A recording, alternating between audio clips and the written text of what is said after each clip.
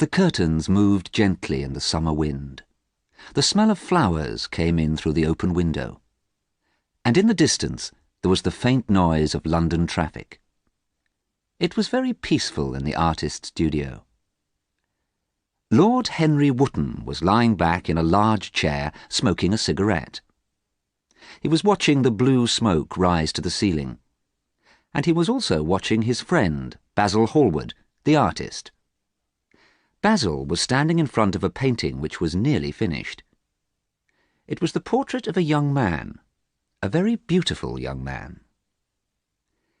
Basil and Lord Henry were good friends. They had studied at Oxford University together. Now they were both about 30 years old. Basil worked very hard, and he was a well-known artist. Lord Henry, who was called Harry by his friends, did not work at all. He was a rich man. He spent his money on expensive food and clothes and on valuable books and paintings. Lord Henry pointed towards the painting. "That is the best portrait you have ever painted, Basil," he said. "You must show it in the best art gallery in London," Lord Henry continued. "Everybody must see it." "I am not going to show this picture in a gallery," Basil replied. "Not going to show it?" said Harry in surprise. "You artists are silly people. You want to be famous. You become famous. Then you don't like being famous. Think, Basil. It's bad when people talk about you, but it's worse when they don't talk about you. Why won't you show the picture?" "I know you will laugh at me, Harry," answered Basil, "but I can't show the picture because it shows too much of me. It is too much like me." "Nonsense," said Harry.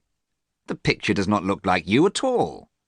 You have black hair and a strong, intelligent face, but you are not beautiful, Basil. The young man in the portrait has blonde hair and a pale face, and he is beautiful." "You don't understand me at all, Harry," said Basil. "I don't mean that I look like Dorian Gray." "Dorian Gray? Is that the young man's name?" "Yes, that is his name. I didn't want to tell you." Basil stopped talking and went out of the door into the garden. Harry laughed and followed him. The two young men sat on a long wooden seat under a laurel tree. The summer wind moved through the shiny leaves. Harry looked at his watch. "I shall have to go soon, Basil," he said. "But first, I want an answer to my question." "What question?" asked Basil. "Why won't you show the picture of Dorian Gray in a gallery? What is the reason?" "I told you the reason," said Basil. "It is too much like me." "But what do you mean?" asked Harry. "I'm an artist," said Basil. "An artist paints pictures of other people, but I believe that an artist shows his own feelings in every picture he paints. Each time I paint a picture, I show feelings that are inside me. I don't want people to look at the picture of Dorian Gray. I don't want them to find out about my feelings." Basil stopped speaking. Harry bent down and picked a small white flower from the grass. "And what are your feelings, Basil? Tell me," he said. He looked closely at the tiny flower. At last Basil spoke again. "I met Dorian at a party. It was Lady Brandon's party, and a lot of people were there. Dorian and I saw each other at the same time. I felt afraid, but I don't know why. Then I felt that this person was very important to me. I felt that I had known him for a long time. Somebody introduced Dorian to me. Somebody made a joke, and we both laughed. Suddenly Dorian and I were friends."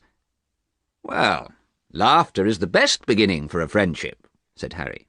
"And it's the best ending for a friendship, too." "Harry, you are never serious," said Basil. "Dorian is my closest friend. I see him every day. He is the most important thing in my life. He is more important to me than my work. I thought your work was the most important thing in your life, Basil, said Harry.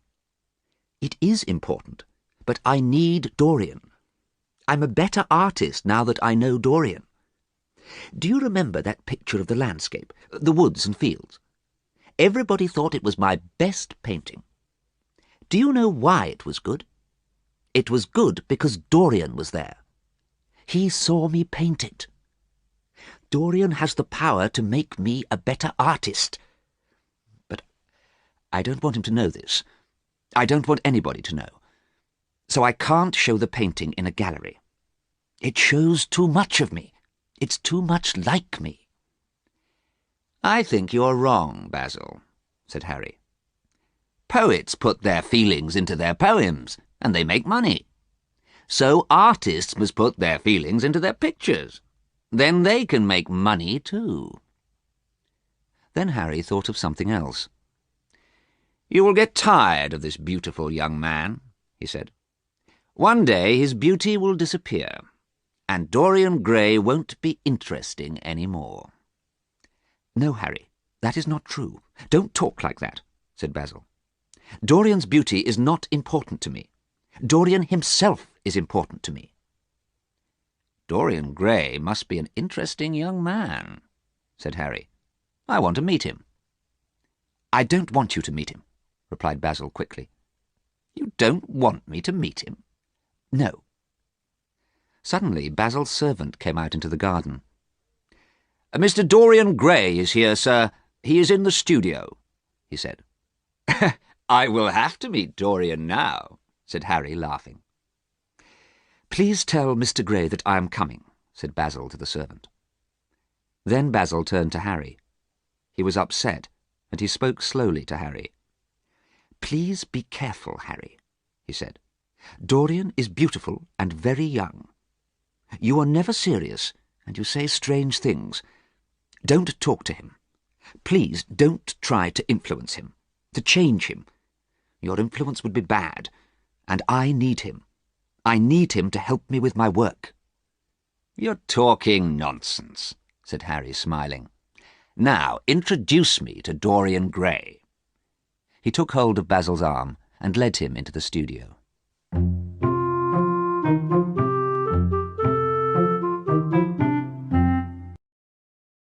The picture sequence from the cinema has finished.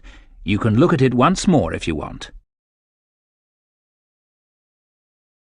The young man was sitting at the piano when Basil and Harry came into the studio. He was turned away from them, looking at a book of music.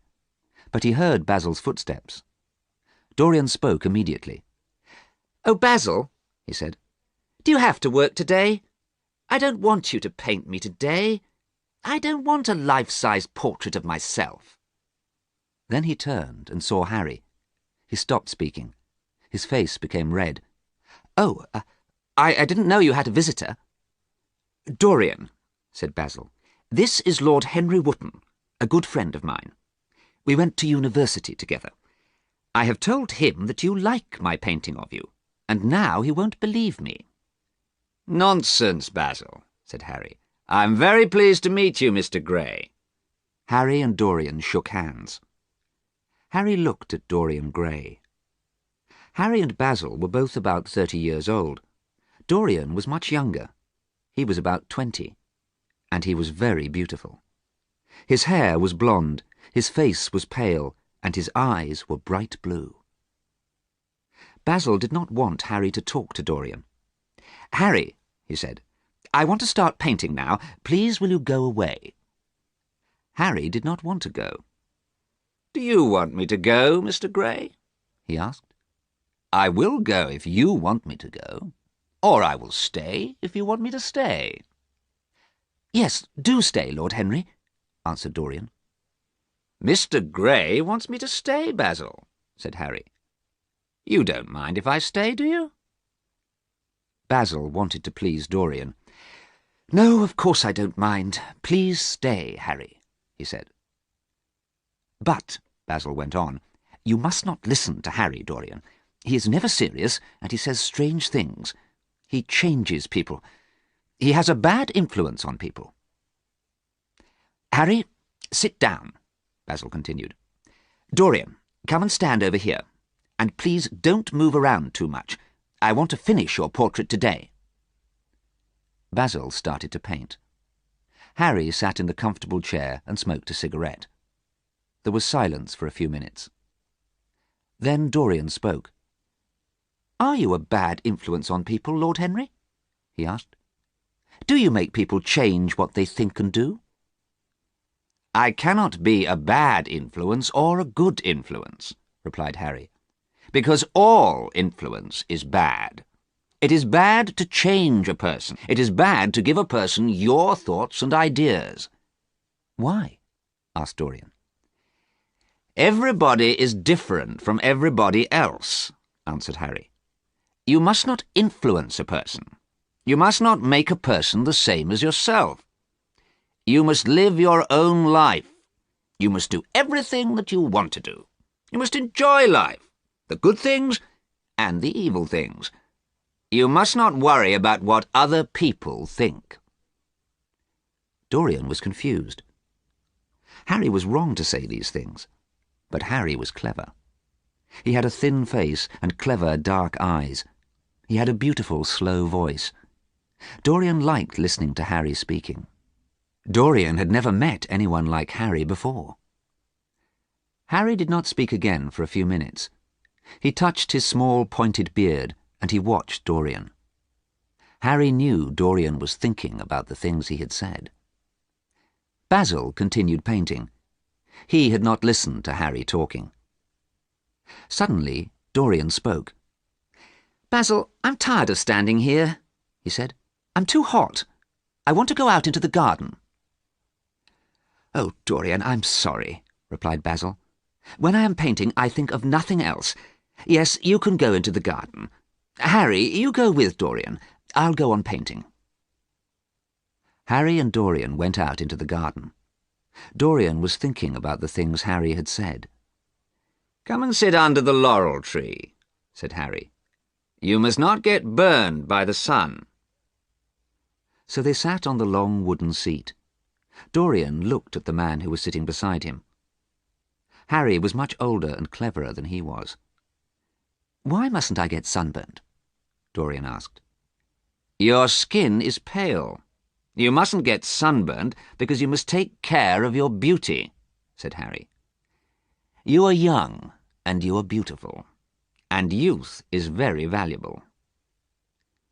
Dorian looked at Harry's long white hands and listened to Harry's beautiful slow voice. "One day you will be old," said Harry. "Your face will be wrinkled. You will be old and wrinkled and ugly. You will not be young, so you will not be beautiful any more.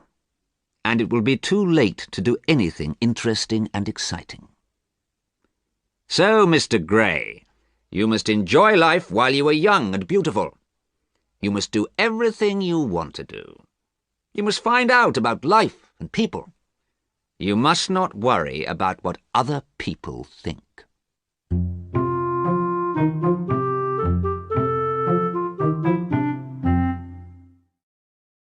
The picture sequence from the cinema has finished. You can look at it once more if you want.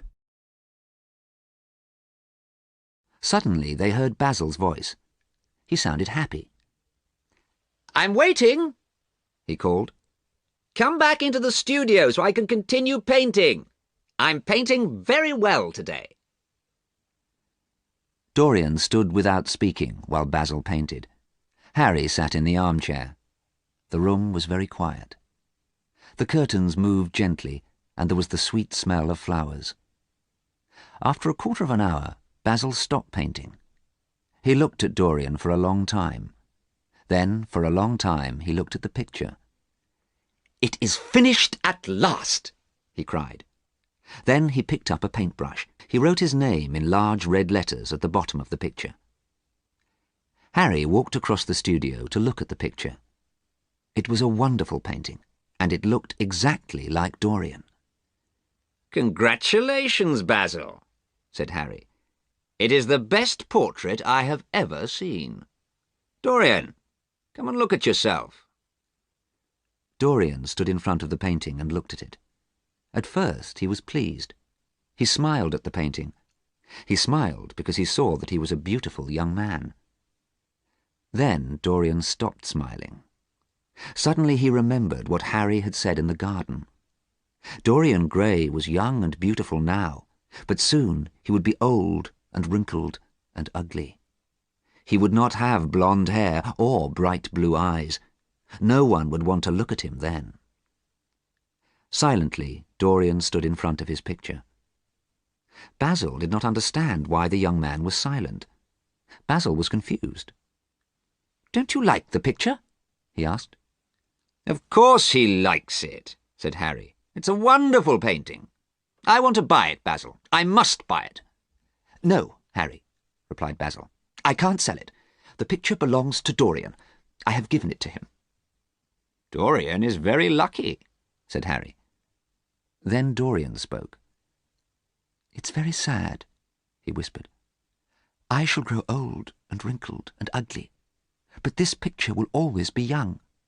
This picture will never be older than it is today. I wish that I could always be young. I wish that the picture could grow old instead of me. I would give anything and everything for this to happen. I would give my soul." "It would not be very nice for Basil if the painting grew old, Dorian," said Harry, laughing. "That's right," said Basil, laughing too. "I don't want that to happen. I don't want an old, ugly picture." But Dorian did not laugh. "You care about your painting more than you care about me, Basil," he shouted. "You care about me now because I am young and beautiful. When I am old and ugly, you won't care about me any more." "It's not fair that the picture will always be beautiful," Dorian said. "I hate the picture. It will be young when I am old." Dorian ran to the big armchair. He laid his head on his arms and cried. "Harry," said Basil angrily, "this has happened because of you. This is your fault. I asked you not to talk to Dorian." Harry shook his head. "No, Basil, it's not my fault. Dorian is learning about life." "Well," said Basil, "you are my two closest friends, but you have made me hate my best painting, so I will destroy it." Basil picked up a knife from a table near him. He was going to cut up the picture and destroy it. Suddenly Dorian ran across the room and pulled the knife from Basil's hand. "Don't, Basil! Don't destroy the painting! It will be murder! Don't, please!" "Well, I'm happy that you like the picture now, Dorian," said Basil. "When the paint is dry, you can have your portrait. Now," he continued, "shall we have some tea?" Basil rang a bell, and soon his servant brought the tea. The three friends drank their tea quietly. Then Harry spoke. "Let's go to the theatre this evening," he said. "I don't think I want to go to the theatre," answered Basil. "I would very much like to go to the theatre with you, Lord Henry," said Dorian quickly. "Don't go, Dorian," said Basil. "Stay here and have dinner with me." "I can't, Basil. I want to go to the theatre with Lord Henry," said Dorian. Harry listened and smiled. He knew Dorian would go with him.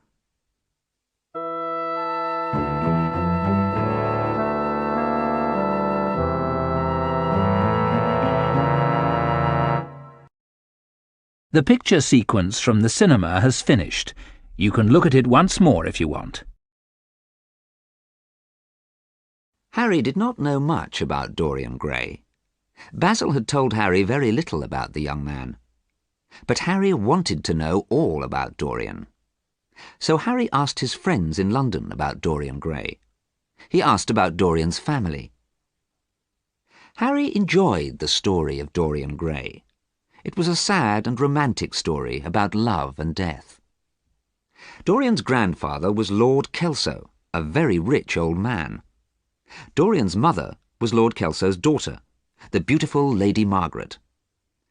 Lady Margaret fell in love when she was very young. She ran away from home and married a soldier, but she did not have a happy life. Lord Kelso was very angry and never talked to Lady Margaret again. Dorian's father, the soldier, was killed before Dorian was born. Lady Margaret died before Dorian was a year old, so Dorian was an orphan. Harry was very pleased with the story of Dorian Gray. He knew that Dorian was beautiful and young. Now he also knew that Dorian was an orphan. And he knew that Dorian was going to be very rich. Soon Dorian would be 21. Then he would have all Lord Kelso's money. Yes, it was a sad and romantic story. Now Harry was even more interested in Dorian Gray. Harry saw Dorian many times in the next few weeks. They met in people's houses and at art galleries and in theatres. Harry wanted to talk to Dorian. Dorian had listened to Harry in Basil's studio. Harry wanted the young man to listen to him again and again. He wanted to give his thoughts and ideas to the young man. So Harry talked and talked. At the theatre and at parties and at dinners. He laughed and played games with words. He said funny things. He said clever things. And he said dangerous things. Everybody listened to Harry. But Harry was not talking to everybody. He was talking to Dorian. Sometimes Dorian smiled. Sometimes his eyes were wide open with surprise. Dorian listened to everything Harry said. It was a month after Harry had met Dorian at Basil's studio. Harry had been out to lunch, and he arrived home in the middle of the afternoon. "You are very late, Harry," said a voice. "I've been waiting a long time to see you." The voice sounded very unhappy. Harry went into the library. "You're very late, Harry," said Dorian again. "I wanted to see you. I've got something to tell you. I'm in love, Harry. I have to tell you. I'm in love with the most beautiful girl." There was silence. Then Harry said, "Who are you in love with?" "With an actress," answered Dorian. His face became red. "Oh, Dorian," Harry said, sitting down. "All young men fall in love with actresses." "Don't say that, Harry. You haven't seen her." "Who is she?" "Her name is Sybil Vane." "I've never heard of her." "She isn't well known yet," said Dorian. "But everybody will know about her soon. One day she will be famous.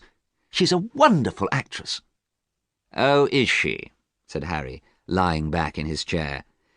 "Tell me about Sybil Vane. Where did you meet her?" "I will tell you about her, Harry, but you must be kind to me. You mustn't laugh at me. I met her because of you." "Because of me?" said Harry. "Yes. You told me to find out about life. You told me to enjoy life, the good things and the evil things. So I went out. I walked around London. There was excitement and danger everywhere. I knew that something wonderful was going to happen. Then, one night, I went to a different part of London. I had not been there before. At about 8:30, I was in front of a dirty little theatre. The manager was standing outside. He was a horrible man. He was fat and dirty. "It's £1 for a ticket, sir," he said. "Buy a ticket for the best seat in the theatre, sir." And he took his hat off. Dorian stopped speaking because Harry had started to laugh. "Don't laugh at me, Harry," he said. "It's cruel of you to laugh at me. I'm telling you how I met Sybil." "The play was Romeo and Juliet by Shakespeare," Dorian went on. "Romeo was a fat, ugly old actor, but Juliet was a beautiful young actress. She was about 17 years old. Her hair was dark brown. Her face was small and pale, like a little flower. Her eyes were large and dark blue. I fell in love with her immediately. I have been to that theatre every night for 3 weeks. I have seen Sybil act in lots of different plays. She is a wonderful actress. Why didn't you tell me about actresses?"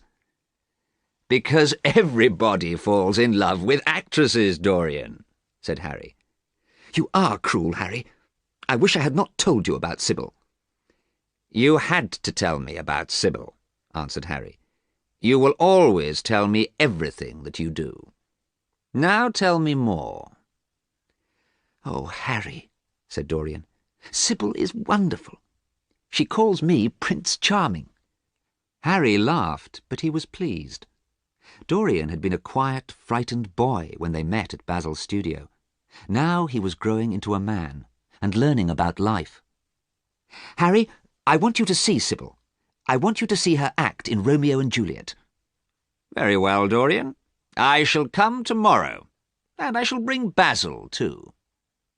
Oh, Basil, yes. I'm afraid I haven't seen him for a week. He sent me my portrait and I haven't thanked him. I do like the picture, Harry, Dorian continued. I am pleased with it. But it stays young and beautiful, while I grow older. Today I am a whole month older than the picture. Harry smiled. "We will see you tomorrow night at 7 o'clock at the theatre," he said. Dorian left the house, and Harry sat for a while in the library. He thought about Dorian. Harry's brown eyes shone with pleasure. He was pleased that Dorian was in love. He wanted to see what Dorian did next. Harry did not care if Dorian was sad or happy. He had told Dorian to enjoy life, the good things and the evil things, and Harry was going to watch what Dorian did. It was late, and the sun was low in the sky. Harry got up from his chair and went to change his clothes. He went out to dinner. When he returned home that evening, there was a telegram waiting for him. It said that Dorian was engaged to be married to Sybil Vane.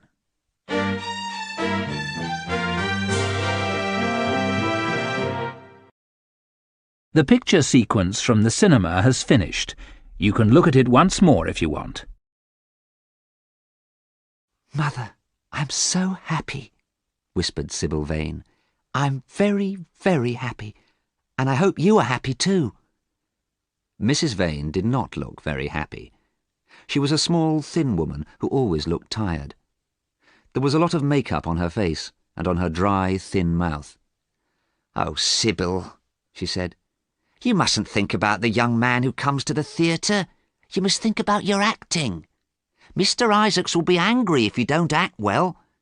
He has given us a lot of money, and you mustn't make a theatre manager angry." "I don't like Mr. Isaacs, Mother, and I don't care about money," replied Sybil. "I'm in love with Prince Charming." "Sybil, Mr. Isaacs gave us £50 to pay our bills and buy clothes for James. You love James? You love your brother, don't you?" said Mrs. Vane. "Yes, of course I do," replied Sybil. "But we have Prince Charming now. He will help us. We don't need Mr. Isaacs." Sybil Vane lived with her mother and brother, James. They lived in London.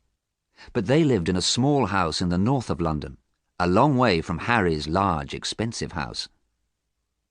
It was the day after Sybil had become engaged to Dorian. Sybil and her mother were talking in their small living room. "Sybil," said her mother, "you are too young to fall in love. We don't know anything about this young man. I'm very worried about you. And you know James is going away tomorrow. I'm worried about James too. James is going away to Australia, and you have fallen in love. What am I going to do?" At that moment the door opened, and James Vane came into the room. He was 16 years old, and he did not look like his sister. Sybil was small and beautiful with shining brown hair. James was large, with big hands and feet. His hair was dull and dark. He smiled at Sybil. "Let's go for a walk," he said. "I want to talk to you." Sybil went to get her coat, and James spoke to his mother. "I'm worried about Sybil," he said. "I'm worried about the young man who comes to see her every night at the theatre." "Don't worry, James," Mrs. Vane replied. "Young men often fall in love with actresses." "But you don't know his name," said James angrily. "Mother, you must take care of Sybil." Sybil and James went for a walk in Hyde Park. The park was busy. There were lots of people. There were people walking and people sitting in carriages pulled by horses. Sybil was happy. "I think you will have a wonderful life in Australia, James. I think you will become rich. I think—" She stopped speaking because James was not listening to her. "Who is the young man who comes to see you?" he asked. "Who is he? You don't know his name, do you?" "I call him Prince Charming, and I love him. I will love him forever. You don't know his name, James said again angrily. He is a rich young man, and he will not marry you. He will— Oh, look! Look, there he is! He's in that carriage! Sybil shouted. She pointed across the park at a carriage. James looked across the park, but at that moment another carriage suddenly passed in front of the brother and sister. James never saw Prince Charming. Oh dear, said Sybil. I wanted you to see him. I wanted to see him too, replied her brother, because I will kill him if he ever hurts you. At first Sybil was angry with her brother, but she remembered that he was 16 years old. He was a boy. He had never been in love. You won't hurt a man I love, will you, James? She said. No, I won't, he said at last. I won't hurt him if you love him. I will always love Prince Charming, said Sybil, and he will always love me. So Sybil and James were friends again. But that evening James spoke again to their mother. If this young man hurts Sybil, he said, I will find him and I will kill him. I will kill him like a dog.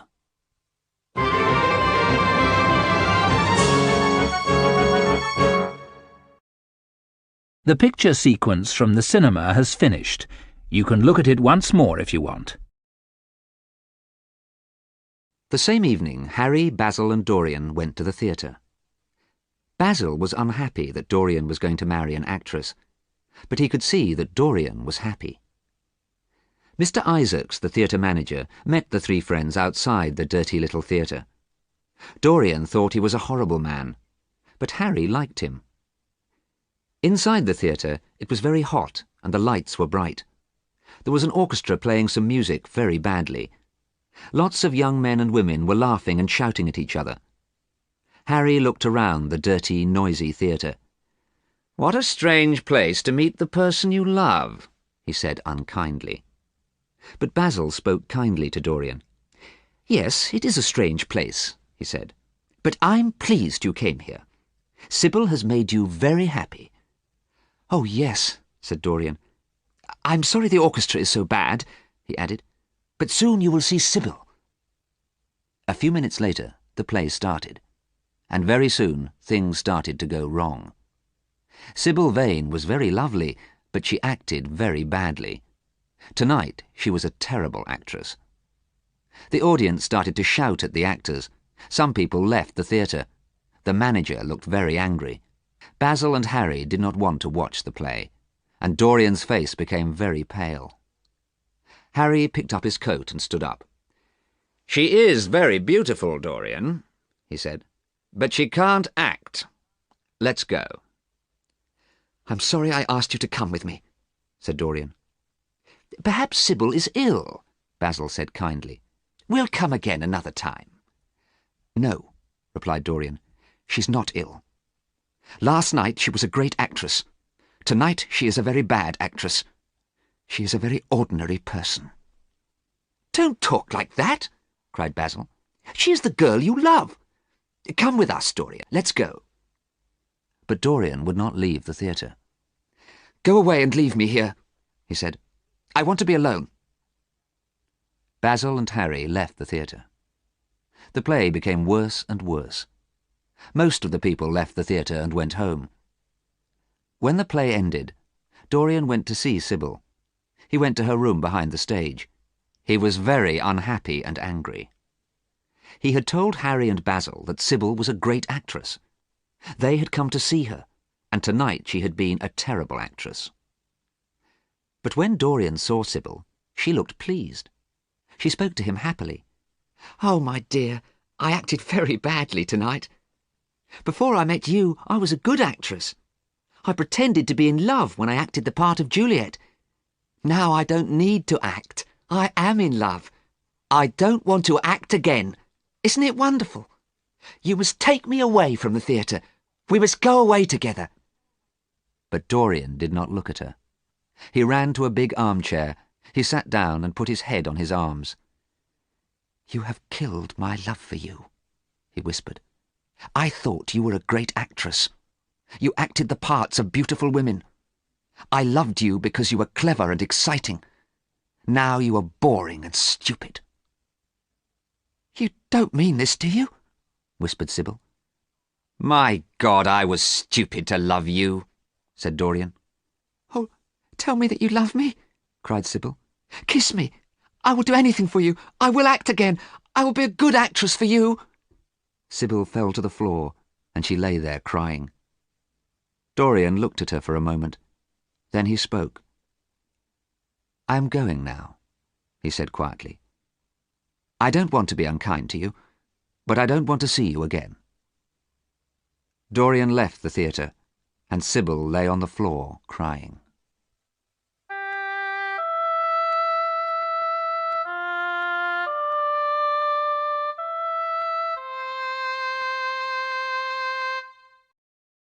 The picture sequence from the cinema has finished.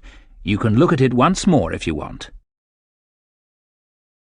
It was late when Dorian left Sybil and the theatre, but he did not go home. That night Dorian walked around London for hours. He did not care where he went. He was upset, angry, and confused. The sun was rising when he went home.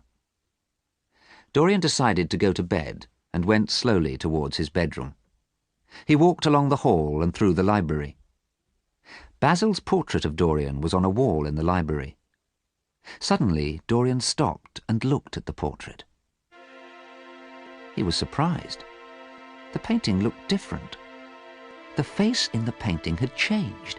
Yes, it had changed. Quickly, Dorian opened the curtains. Sunlight came into the room.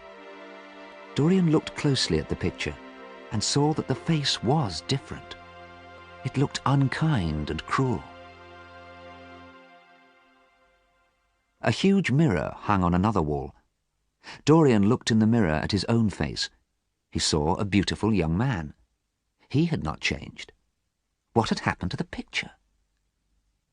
Suddenly, Dorian remembered the day that Basil finished the picture. Dorian remembered his wish. He remembered his own words. "I wish that I could always be young. I wish that the picture could grow old instead of me. I would give anything and everything for this to happen. I would give my soul." Why did the face in the picture look cruel and unkind? Was his wish coming true? Was the picture changing? Dorian thought about Sybil. Had he been cruel to Sybil? He had left her lying on the floor, crying. Yes, he had been cruel. But Sybil had killed his love for her. He would not think about Sybil again. The face in the picture looked at him. In Basil's studio, the picture had shown Dorian that he was a beautiful young man. Now the picture showed Dorian that he was unkind and cruel. Dorian was sure now. The picture was going to get older, and he was going to stay young. The picture was going to become old and wrinkled and ugly, and Dorian was not going to change. He was sorry for the picture. And suddenly he was sorry for Sybil. He looked at the cruel face in the picture, and he decided to be kind to Sybil. He decided to marry her. He would never see Lord Henry Wotton again, and he would marry Sybil. Dorian quickly covered the picture with a cloth and left the library. Later that day, Dorian woke up after a long sleep. It was 1:15 in the afternoon. Dorian got dressed and went to the library. A servant brought him some food and also brought Dorian a letter. The letter had come from Harry that morning. Dorian looked at the envelope for a long time, then decided not to open it. He was never going to see Harry again. Then Dorian looked at the cloth which was covering the portrait. Had the picture changed? At first, Dorian did not want to look at the picture again. Then he thought about Basil. What was he going to say to Basil? Perhaps Basil would want to see the picture again. So Dorian locked the door of the library and slowly pulled the cloth off the picture. The face on the picture looked unkind and cruel. It had changed. Dorian was horrified. Dorian was frightened too. He had wished that he could stay young. He had wished that the picture could grow old. His wish was coming true. But the picture was showing Dorian that he was evil. He decided again to be kind to Sybil. He decided again to marry her. Then the picture would show that he was good and kind. Dorian went to a table, sat down, and started to write. He wrote to Sybil. He wrote her a wonderful love letter. He said he was sorry. He asked her to marry him. When he had finished the letter, Dorian felt happy again.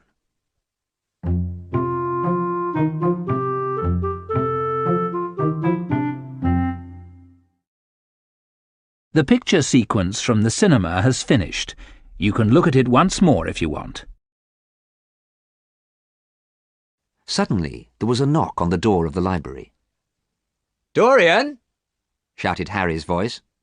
"Dorian, are you there? Let me in, my dear boy. I want to see you." At first, Dorian did not answer. He did not want to talk to Harry. Harry was a bad influence on him. Harry made him behave badly and think about strange things. Dorian remembered Harry's words. You must do everything you want to do. You must enjoy life, the good things and the evil things. You must not worry about what other people think. But Harry was wrong. Dorian wanted to forget Harry's words now.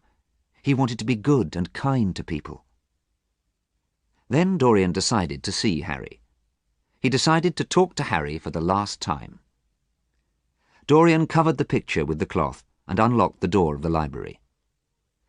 "Oh, Dorian," said Harry, "I'm very sorry about what has happened, but don't worry about it. Don't think about it." Are you talking about Sybil? Asked Dorian. "Yes," replied Harry, "but don't worry. Tell me, did you talk to Sybil after the play last night?" Yes, I did, said Dorian. I was very angry with her. I was unkind and cruel to her. I can be cruel. Before last night, I did not know I could be cruel. Now I have learnt more about myself. "I am pleased that you are not upset," said Harry. I have decided what to do now, replied Dorian. I have decided to be good and kind. I don't want to be cruel and evil. I am going to marry Sybil. "Marry Sybil? Dorian, didn't you read my letter? I wrote to you this morning." Harry stopped speaking. No, I didn't, said Dorian. I didn't want to read it. You are a bad influence on me. Harry walked across the room. He sat down next to Dorian and took hold of the young man's hands. "Dorian, I'm sorry.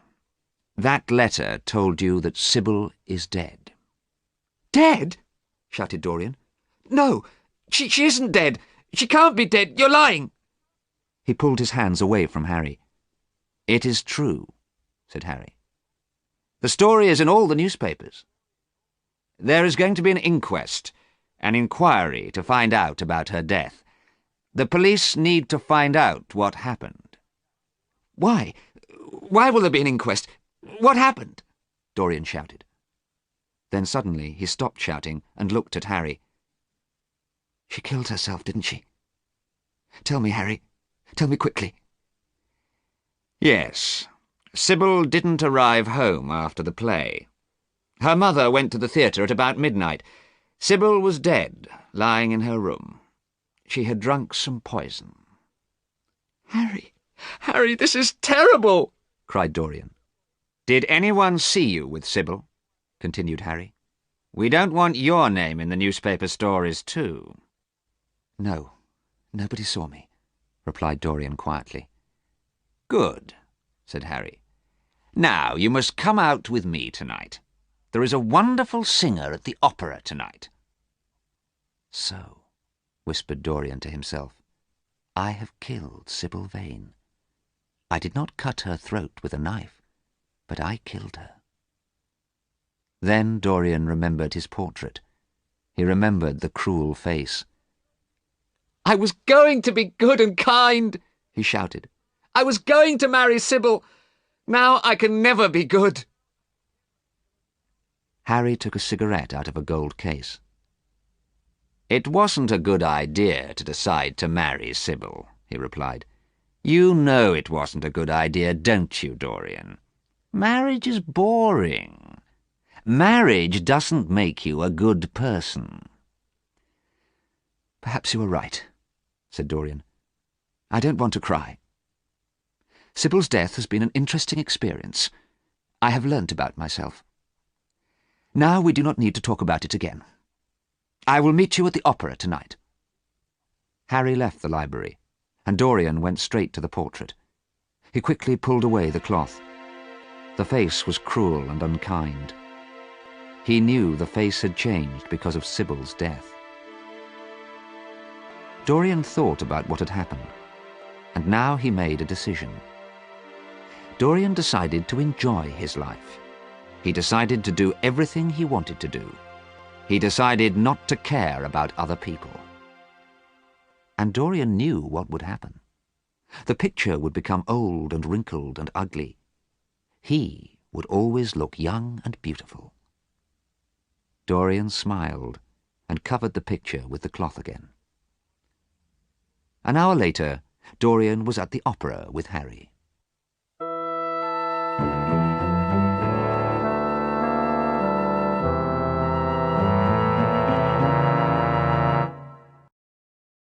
The picture sequence from the cinema has finished. You can look at it once more if you want.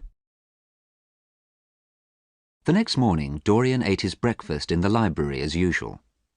A servant came in while he was eating. "Mr. Hallward is here, sir," the servant said. Basil came quickly into the room behind the servant. "I am very pleased to see you," said Basil. "I have been very worried about you. I came here last night after I read the news about Sybil. Your servant said that you had gone to the opera, but I knew it couldn't be true." Dorian continued eating his breakfast. "I thought you had gone to visit Sybil's family," Basil went on. "I didn't know where you were."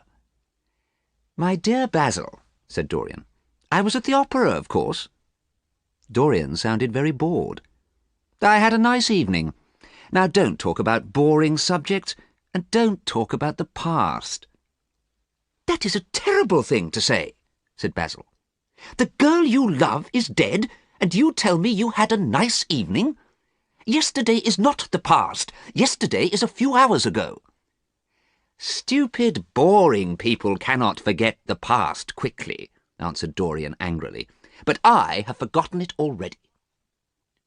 "The boy whose picture I painted was gentle and kind," said Basil sadly.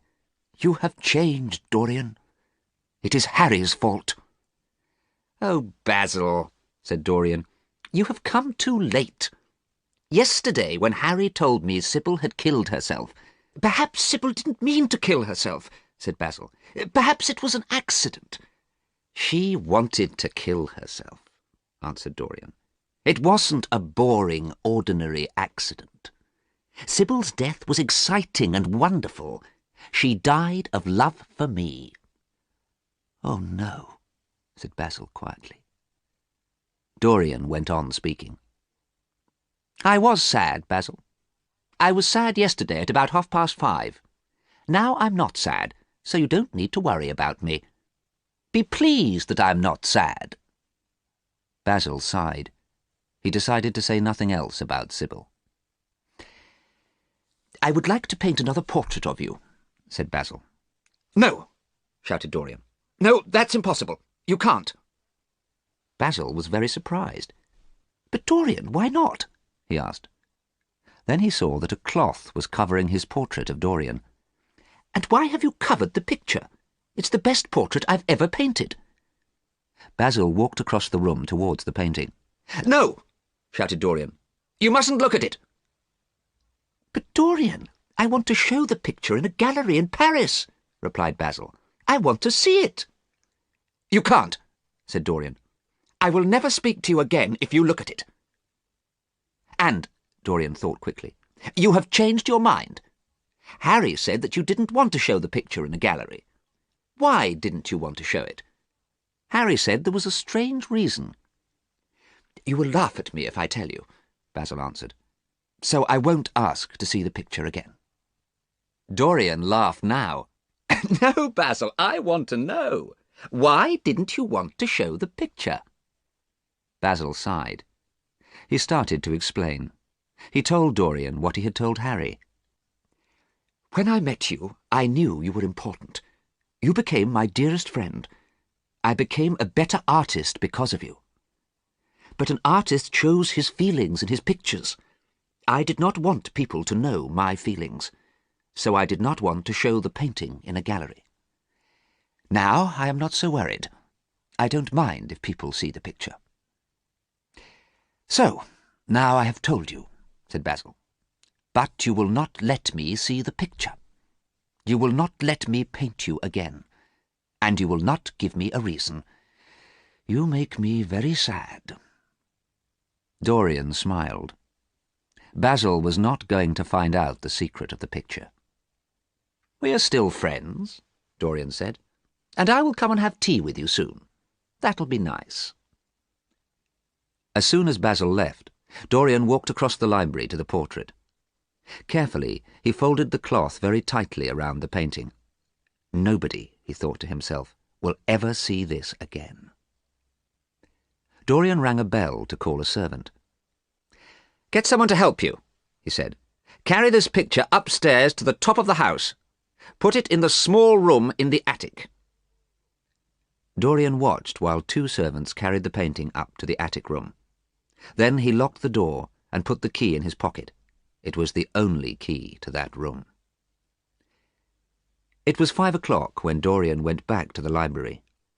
He found that Harry had sent him a copy of the evening newspaper. There was a report in the newspaper about the inquest on Sybil's death. The report said that Sybil had drunk poison by accident and killed herself. The report did not say anything about Dorian. Dorian threw away the newspaper. Later, Dorian met Harry at a hotel to have dinner. They sat at a small round table. "I'm hungry," said Dorian. Harry smiled. The picture sequence from the cinema has finished. You can look at it once more if you want.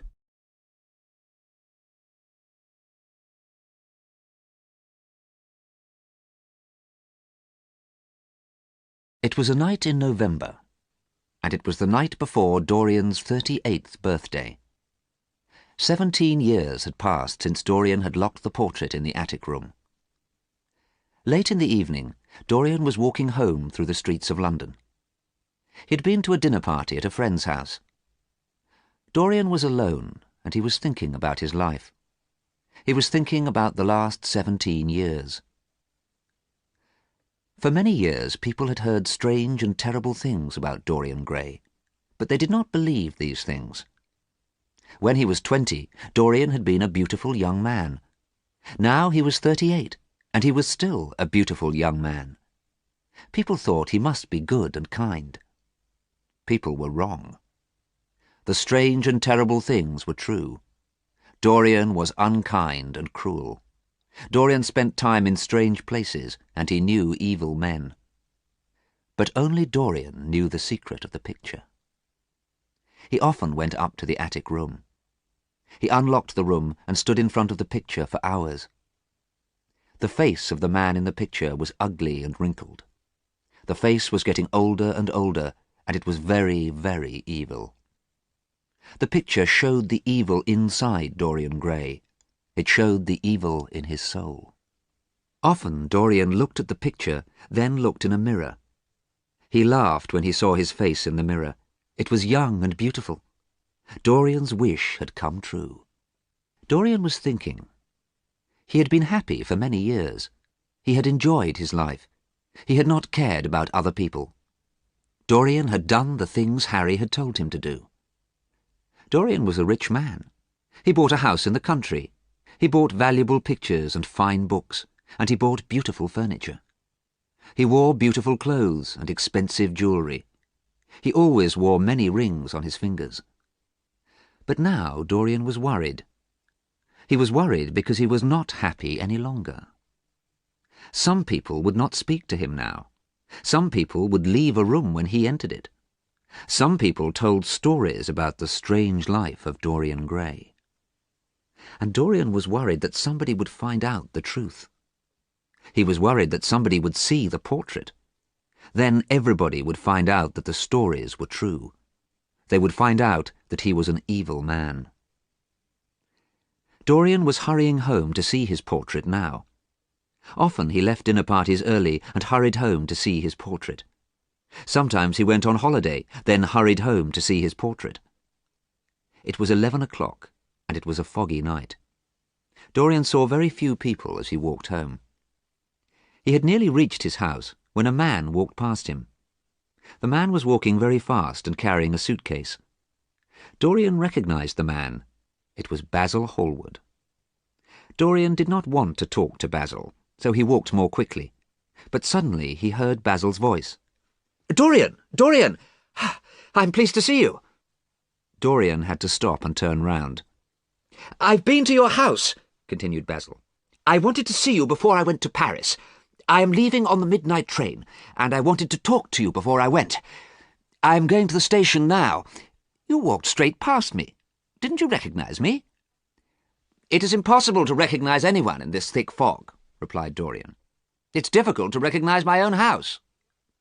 "It's nice to see you, Basil," he went on. "But, aren't you going to miss your train?" "Oh, no, I can get to the station in 20 minutes, and I do want to talk to you," Basil replied. "I'm going to live in Paris for 6 months. I want to talk to you before I go."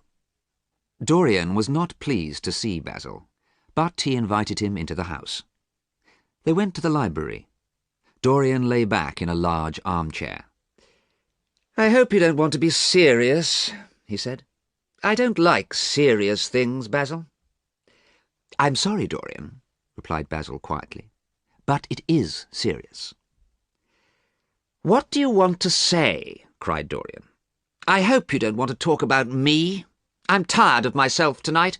I want to be somebody else." But Basil did want to talk about Dorian. "People are saying terrible things about you, Dorian," he said. "I don't care," replied Dorian quickly. "It's interesting to hear terrible things about other people, but it's boring to hear terrible things about myself." "These terrible things must interest you," replied Basil. "You must care what other people say about you." "I don't believe anything that I hear about you," he continued. "I look at your beautiful face, and I know you are not an evil man. A man's face shows the evil that is inside him. I am an artist, and I know this." Dorian's face became very pale. He sat silently and stared at Basil.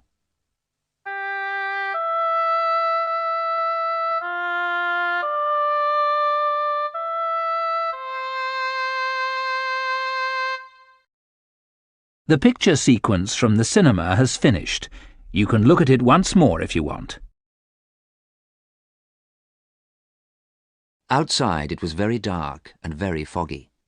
In the library it was very quiet. The room was lit by a small lamp on a table. Basil sat down and continued talking. "Why don't people want to be your friends any more, Dorian?" he asked. "The Duke of Berwick will not stay in the same room as you. Because of you, Sir Henry Ashton has left England forever. And there are worse things," he went on. "A young soldier has killed himself. Adrian Singleton has disappeared. Lord Kent is very upset about his son. Nobody will talk to the Duke of Perth. Oh, Dorian, these people were your friends. What have you done to them?" "Stop it, Basil," shouted Dorian. "I haven't done anything. It's not my fault if young men do stupid things." "I want to believe you," said Basil sadly, "but you have influenced your friends. You have made people do terrible things. What did you do to Harry's sister? Now no one will speak to her. Are you an evil man, Dorian?" "Take care, Basil," said Dorian. "Do not say any more." But Basil continued speaking. "I told people that you were a good man. I said I knew you well. But do I know you well? I cannot see your soul. I do not know if there is good or evil inside you." "No," said Dorian slowly. "You cannot see my soul." His body was shaking, and his face was very pale. Basil looked at Dorian's face. "Nobody can see inside another man," he said. "Nobody can see another man's soul." Suddenly Dorian laughed. He gave a loud, unpleasant laugh. "Come with me, Basil," he said, picking up the lamp from the table. "You have said enough about my soul. Tonight you shall see it." Dorian led Basil upstairs towards the room in the attic. When they reached the door of the room, Dorian turned to Basil. "Are you sure you want to come in?" he asked. "Yes," Basil said, but he was confused. What did Dorian mean? What was in the room? Dorian laughed again and unlocked the door. They walked across the room. Dorian put the lamp on an old table. Then he pointed at the cloth which covered the picture. "You think that nobody can see another man's soul," he said. "You're wrong. Pull away that cloth, and you will see mine." Dorian's voice was hard and cruel. "What are you talking about? Are you mad?" asked Basil. Suddenly, Dorian pulled away the cloth, and Basil saw the picture. He saw the terrible face in the picture smiling at him. It was the most awful face he had ever seen. Basil moved backwards, away from that cruel, evil face. He could see that it was his painting. It was his painting of the blonde, pale and beautiful young man. The hair was blonde, the mouth was red, and the eyes were blue. But the face was wrinkled and ugly, and it was evil.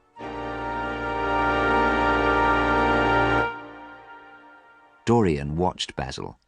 He smiled unpleasantly. "What does this mean?" said Basil at last. "Don't you know what it means, dear Basil?" said Dorian. "It means that my wish came true. Do you remember the day you finished this portrait? Do you remember the day I met Harry? Do you remember my wish?" "Oh, God," whispered Basil. "You wished that the picture would grow old. You wished that you would stay young. Oh, no." "Oh, yes," said Dorian.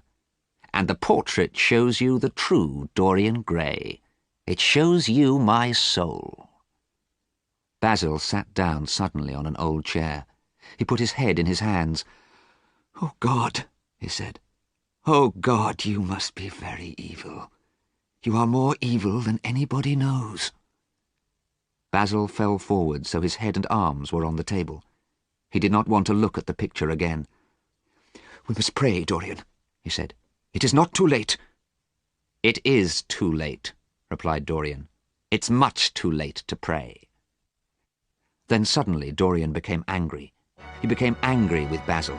It was Basil's fault. Basil had painted the picture. He hated Basil. Dorian looked at the terrible face in the picture. It was smiling at him, and it was evil. A knife was lying on the old table. Dorian picked up the knife and looked at Basil. Then he stabbed his friend with the knife. He pushed the knife into Basil's neck. Basil's head hit the table, and Dorian stabbed him again and again. Basil made a terrible sound. He tried to breathe, but he could not. Blood came from his mouth.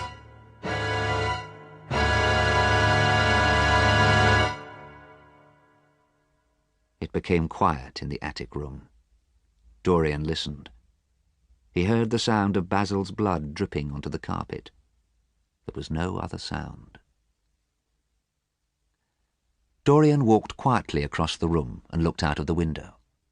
The fog had gone, and London was quiet. Dorian walked back across the room and picked up the lamp. He saw the dead thing lying across the table. It was so quiet, and its hands were very white. Dorian left the room and locked the door behind him. He went back to the library. Dorian quickly put Basil's suitcase and coat in a cupboard. People were hanged for murder, hanged by the neck until they were dead. Dorian did not want to be hanged. What was he going to do? Nobody has seen me arrive home, Dorian thought. The servants are asleep, and Basil was going to go to Paris tonight. He was going to catch the midnight train. Dorian soon decided what to do.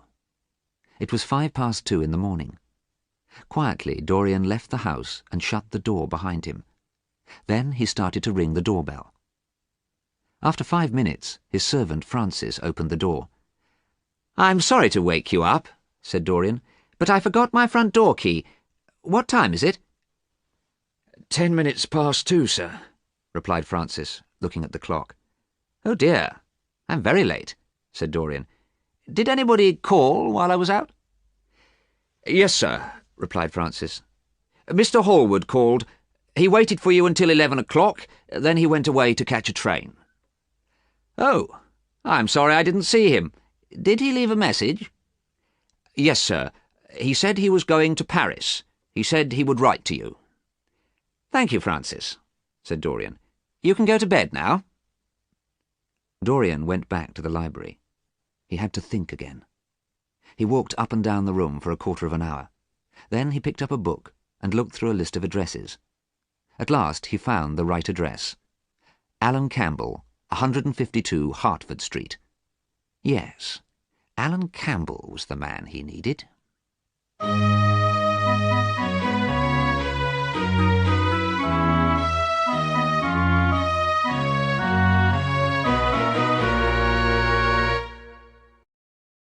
The picture sequence from the cinema has finished. You can look at it once more if you want. At 9 o'clock the next morning, Dorian was sleeping. He did not look like a man who had murdered a friend. But when he woke up, Dorian remembered what had happened. He tried not to think about Basil. He thought for a long time about which clothes to wear. He put on his rings. Then he took them off and put on different rings. Dorian ate his breakfast, but he could not forget Basil's body sitting at the table in the attic room. Then at last he wrote 2 letters. He put one letter in his pocket. He told his servant to take the other letter to Alan Campbell's house. Dorian went to the library. He lit a cigarette and tried not to think about Basil. He drew pictures, but they were pictures of Basil's face. He read poems, but the poems reminded him of Basil. Poor Basil, he thought. What a horrible way to die. Dorian became frightened. He thought about Alan Campbell. Perhaps Alan Campbell would not come. Alan Campbell was a very clever scientist. Dorian and Alan Campbell had been good friends for many years, but Alan had not talked to Dorian for 18 months. Nobody knew why they were not friends any more. Now Dorian needed Alan's help. At last Alan Campbell arrived. He had black hair and a very pale face. He looked very unhappy. Dorian was pleased to see him. "Alan," he said, shaking hands, "it is kind of you to come. Thank you for coming." Alan did not look pleased to see Dorian. "I did not want to come," he said. "I did not ever want to speak to you again. But your letter said it was very important, a matter of life and death." "Yes, it is very important," said Dorian. Then he spoke very quickly. "There's a dead man in a room upstairs. He's been dead for about 10 hours. You must do something for me. You must." "I don't want to know anything about this," said Alan Campbell. "I won't do anything for you. Don't tell me your terrible secrets." "I must tell you this secret," replied Dorian. "You must help me. You are a scientist. You must destroy the body." "No, I will not," said Alan Campbell. "You are mad, Dorian, and I don't care what happens to you." The young man tried to leave the room, but Dorian stopped him. "Alan," he said, "it was murder. I murdered this man, and you are going to help me." Alan Campbell was horrified. He could not speak. Dorian sat down and quietly wrote something on a piece of paper. Then he gave the paper to the young man. Alan Campbell read what Dorian had written. His face became pale. His body started to shake. He fell down into a chair. There was silence. "I am very sorry for you," said Dorian sadly. "We both know what you did. I do not want to tell anybody the truth about you, but I will tell them if you don't help me. I have written a letter, and I will send it." Dorian pulled the letter out of his pocket. He showed Alan the address on the envelope. "Oh, no," whispered Alan Campbell. Then, very quietly, he spoke again. "I must go home. I need some things from my house. I need some scientific equipment so I can help you. You are not going to leave here, said Dorian. Write a list and one of my servants will get the things you need. Sadly, Alan wrote the list. Soon Dorian's servant brought the scientific equipment from Alan's house. Then Dorian sent his servant away. Alan Campbell and Dorian carried the equipment up to the attic room. There was a long piece of wire, 2 strange-shaped pieces of metal, and a large wooden box with bottles in it. Dorian unlocked the door and opened it. Basil's body was sitting at the table. Dorian did not want to look. He did not want to go into the room again. But suddenly Dorian saw that he had not covered the portrait again with the cloth. He ran across the room to cover the portrait. And then he saw blood on the hands in the picture. Bright red blood. The picture was more horrible than Basil's body. Dorian pulled the cloth over the picture quickly and went back to the library. He left Alan Campbell to do his work. 5 hours later, Alan Campbell came into the library. His face was calm and pale. "I have done what you asked me to do," he said quietly. "Goodbye. I never want to see you again." As soon as Alan had left, Dorian went upstairs. There was a strange and horrible smell in the attic room, but the terrible thing sitting at the table had gone.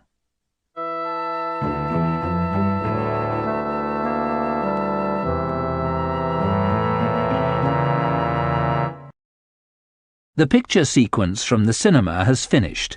You can look at it once more if you want.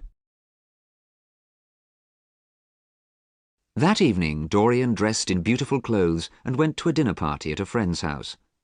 But he did not enjoy the party and did not want to eat anything. "Are you all right?" asked Harry. "And were you all right last night? You left last night's party very early, about 11 o'clock. "Yes, no, I'm fine. I don't know what I did last night," said Dorian quickly. "Yes, I do. I went for a walk. I got home about 2 o'clock in the morning. I forgot my key. I had to wake the servant. You can ask him if you don't believe me." Dorian spoke quickly and sounded confused. Harry was surprised. "My dear boy, I don't care what you did," he said. "Perhaps you were ill." "Yes," replied Dorian. "I'm not feeling well. I think I'll go home." When Dorian got home, he knew he had to do something terrible. He had to burn Basil's coat and suitcase, so that nobody would find out the truth about Basil's death. People thought Basil had gone to Paris. Nobody expected to see him for 6 months. The coat and suitcase smelt horrible when he burnt them. Dorian felt very unhappy. He wanted to leave the house and forget everything. At midnight, Dorian went out and found a cab. He told the cab driver quietly where he wanted to go. The man shook his head. He looked frightened. "It's too far. I can't go there at this time of night," he said. "Here's £1 for you," said Dorian, "and I'll give you another one if you drive fast." "All right, sir. We'll be there in an hour," said the driver. Then he made the horse pull the cab fast along the streets. The cab went east, towards the River Thames. It was another foggy, dark night in London. The light of street lamps shone through the fog. Cold rain began to fall. Men and women were walking home along the streets. Dorian heard screams and shouts and horrible laughter. He sat back on the seat of the cab, watching. He hated London. He hated life. He wanted to forget everything. He wanted opium, the drug that would make him forget. The cab drove on through dirty, poor parts of the city. Near the river, the fog disappeared. Dorian left the cab and walked towards the river. The moon was shining on the water. The ships on the river were big and black. The light from street lamps shone down onto the wet road. Soon he reached a small, dirty house. Inside the house it was dark. A dirty green curtain hung over a doorway. Dorian went through the doorway and into a long room. A few men were drinking. A sailor, half asleep, lay with his head on a table. 2 women were arguing. Dorian went through this room and up some stairs to another one. He could smell opium, and he smiled with pleasure. Now he could smoke some opium and forget everything. But then Dorian saw a young man smoking a pipe full of opium. Immediately Dorian recognized him. It was Adrian Singleton, who had been a friend of Dorian's. "Adrian Singleton has disappeared," Basil had said. But here was Adrian in an opium den. Dorian went quickly back to the first room. He did not want to see anyone he knew. He would go to another opium den. As he went back through the green curtain, a voice called after him. One of the women was shouting, "Look at him! There he is! Prince Charming!" Suddenly the sailor lifted his head from the table. "Don't talk to me!" shouted Dorian angrily to the woman, and he ran out of the house. Dorian turned a corner into a narrow, dark street. He was running to another opium den. He was trying to forget about Adrian Singleton. Suddenly a strong hand was round Dorian's neck. "Keep quiet, or I'll shoot you," said a voice. Dorian turned round and saw a gun pointing at his head. He saw a large man, a sailor. "Are you mad?" Dorian said. "What have I done to you?" "My sister is dead because of you," replied the sailor. "Sybil Vane killed herself, "And now I'm going to kill you.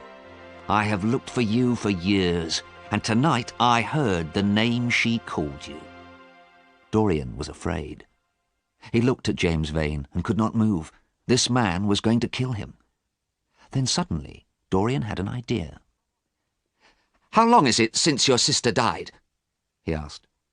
17 years. Why do you ask?" replied the man. "Look at me. Look at me by the light of a street lamp," said Dorian. James Vane pulled Dorian back to the main street, and in the light of a street lamp he saw the face of a beautiful young man. It was the face of a young man of about 20. "You can't be the man," said James Vane. "My God, I was going to murder you. I'm very sorry, sir." "You must be more careful," Dorian said. Then he walked away round the corner and into the darkness. As soon as Dorian had gone, the woman from the opium den ran up to the sailor. "Why didn't you kill him?" she asked. "He's evil." "He's not the man I want," he replied. "The man I want is about 40. That young man was 20. The woman gave a horrible laugh. 20? Him? Prince Charming? I first saw Prince Charming 17 years ago, but he hasn't changed since then." "You're lying," shouted James Vane. "I'm not," said the woman. "He was a beautiful young man 17 years ago, and he hasn't changed since then. He's evil, that one." "Swear to God that you're not lying." "I swear I'm not lying," the woman replied. James Vane believed her. He ran round the corner into the narrow, dark street, but Dorian had gone.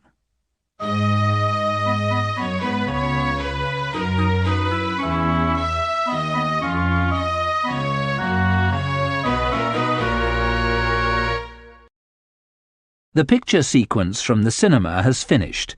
You can look at it once more if you want.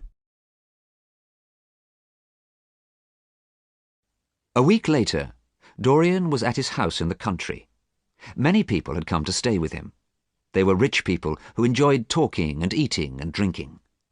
Dorian's guests also enjoyed shooting birds and animals. One evening, Dorian was with Harry and another friend, Lady Monmouth. Harry was laughing and saying clever things, as he usually did.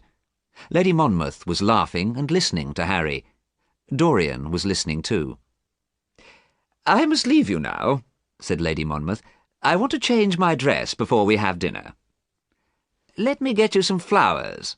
You can wear them on your dress," said Dorian, getting up from his chair and leaving the room. "Oh," said Lady Monmouth. "I hope he gets me flowers that will look right with the colour of my dress." "Let's follow him," replied Harry, "and you can tell him the colour of your dress." As they left the room, Harry and Lady Monmouth suddenly heard a crash. In the next room, they found Dorian. He was lying on the floor next to a window. He had fainted. Dorian soon opened his eyes, but his body was shaking and his face was very pale. "Are you ill, dear boy?" asked Harry.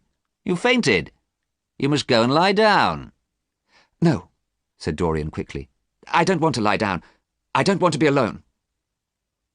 So Dorian had dinner with his guests. He talked and laughed with them. He made jokes and told stories. But he was remembering the white face looking at him through the window. It had been the face of James Vane. The next day, Dorian would not leave his bedroom. He felt ill and he was frightened. He was frightened if he heard a noise or saw a door open. He remembered Sybil Vane. He remembered the murder of Basil. He remembered the face at the window. Dorian lay in bed, but he did not sleep. During the day, Harry went into Dorian's room and found Dorian crying. After 2 days, Dorian was not so frightened. James Vane could not know where he was. James Vane must be in London. He had imagined James Vane's face at the window. On the 3rd day, Dorian was feeling better. Some of his guests were going out to shoot birds, and Dorian decided to go too. It was a cold day, and the sun was shining. Dorian felt happy as he walked through the woods. Harry and Lady Monmouth walked beside him. Suddenly, one of the guests shot at something among the trees. There was a cry, the terrible cry of a man in pain. People shouted and ran towards the noise. Soon they pulled the body of a man out of the trees. Dorian watched in horror. Harry touched Dorian's arm.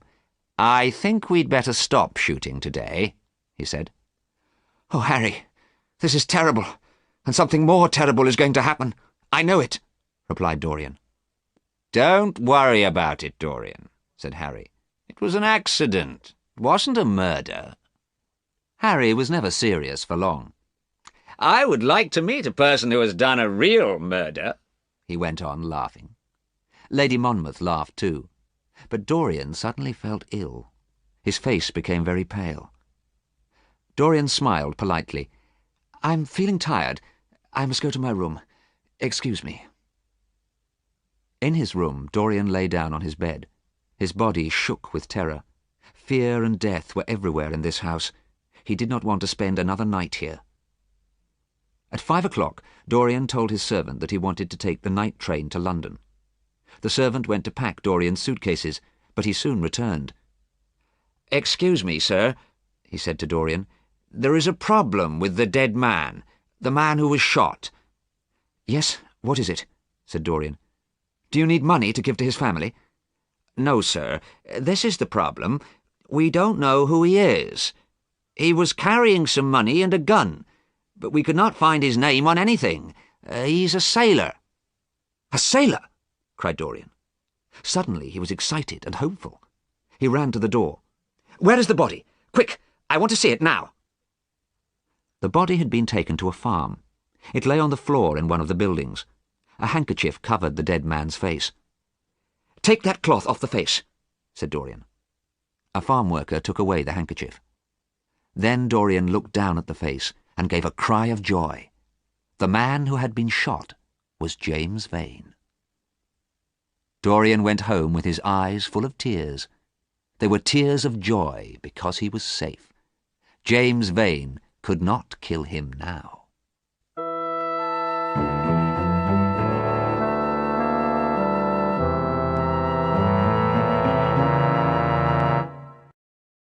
The picture sequence from the cinema has finished. You can look at it once more if you want. One evening in June, Dorian was visiting Harry. Harry and Dorian sat in Harry's library. "Harry, I have done too many terrible things in my life," said Dorian. "Yesterday I started to change my life. I'm going to be good." Harry smiled. "Where were you yesterday?" he asked. "I was at an inn in a small village," replied Dorian. "What did you do at this inn?" asked Harry, laughing. "How did you start to be good?" "I met a girl," said Dorian. "She was a pretty girl called Hetty. She looked like Sybil Vane." "Hetty and I were going to go away together," Dorian went on. "But I decided not to go away with her. I decided to leave her in her village. I have done something good." "You are pleased because you have done something good," said Harry. But she will kill herself because you left her. Don't say that! You were never serious, said Dorian angrily. You wanted to be good, so you left her, replied Harry. You did what you wanted to do. You haven't changed. Harry was right. Dorian did not want to talk about Hetty again. "Have you got any news?" he asked. "No, there is nothing else to talk about," replied Harry. "People are talking about Basil. Nobody knows what has happened to him." "Basil?" said Dorian in a surprised voice. "Are people still talking about him? It's a month since people noticed that he had not come back from Paris." "My dear boy, people will talk about Basil for 3 months. Then they will talk about somebody else. They will talk about Alan Campbell's death, too. He killed himself, you know." Dorian did not want to talk about Alan Campbell, but he talked about Basil. "What do you think happened to Basil, Harry?" "I don't know. Perhaps he is dead. I don't want to think about it," replied Harry. There was silence for a while. Then Dorian spoke again. "People are saying that Basil was murdered, aren't they? Do you think Basil was murdered?" "Nobody would want to murder Basil," replied Harry. "Everybody liked Basil. He didn't have any enemies." "Perhaps I murdered Basil," said Dorian. "Have you thought of that, Harry?" Dorian watched Harry carefully, but Harry laughed. "You're talking nonsense, dear boy. You couldn't murder anybody." "Let's talk about something else," Harry continued. "Poor Basil isn't interesting any more. He hadn't painted a good picture for a long time. What happened to his picture of you, Dorian?" "Oh, I lost it," replied Dorian quickly. "You look the same now, as young as you were when the picture was painted," said Harry. "Don't change your life. You have had a good life. You have done everything you wanted to do, and you have not changed at all." "I'm not the same as that young man," said Dorian. "I want to change. I want to be good." "Don't change," said Harry. "You're beautiful, and you are perfect. You and I will always be friends." As he left Harry's house, Dorian's face was very sad. It was a warm night. Dorian started to walk home from Harry's house. He walked past 2 young men and heard one of them whisper, "That's Dorian Gray." Dorian felt tired. He did not want people to recognize him. He did not want people to talk about him any longer. He did not want to hear his name. As he walked, Dorian thought about his life. Dorian suddenly wanted to be young again. He wanted to be the young man whose picture Basil had painted. Dorian was still thinking when he reached home. Perhaps it was not too late to change his life. He had been kind to Hetty. He had left her in her village. Perhaps he was starting to be good. Dorian went up to the attic room. He wanted to look at the picture. Perhaps the picture was changing again. Perhaps the picture was not so ugly now. Perhaps the cruel, evil face was changing and becoming kinder. But the face in the picture was the same. It was old and wrinkled and ugly. The eyes were cruel, the mouth was evil, the blood was still on the hands. When Dorian saw the picture, he knew the truth. He knew that he could never change. He would always be evil. There was a knife on the table in the attic room. He had used that knife to kill Basil. Dorian picked up the knife. It had killed Basil, and now it would kill his painting.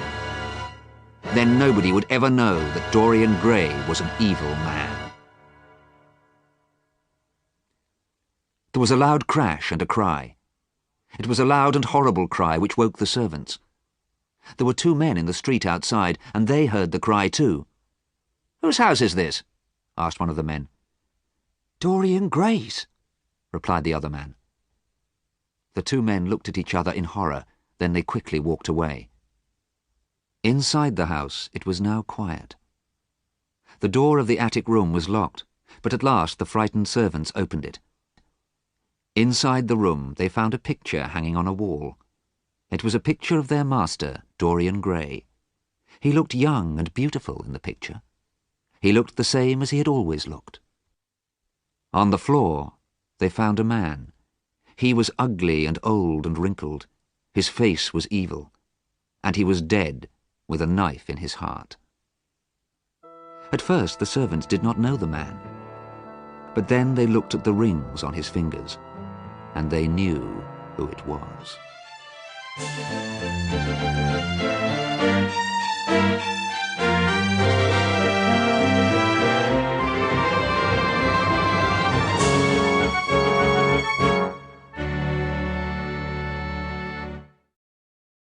The picture sequence from the cinema has finished.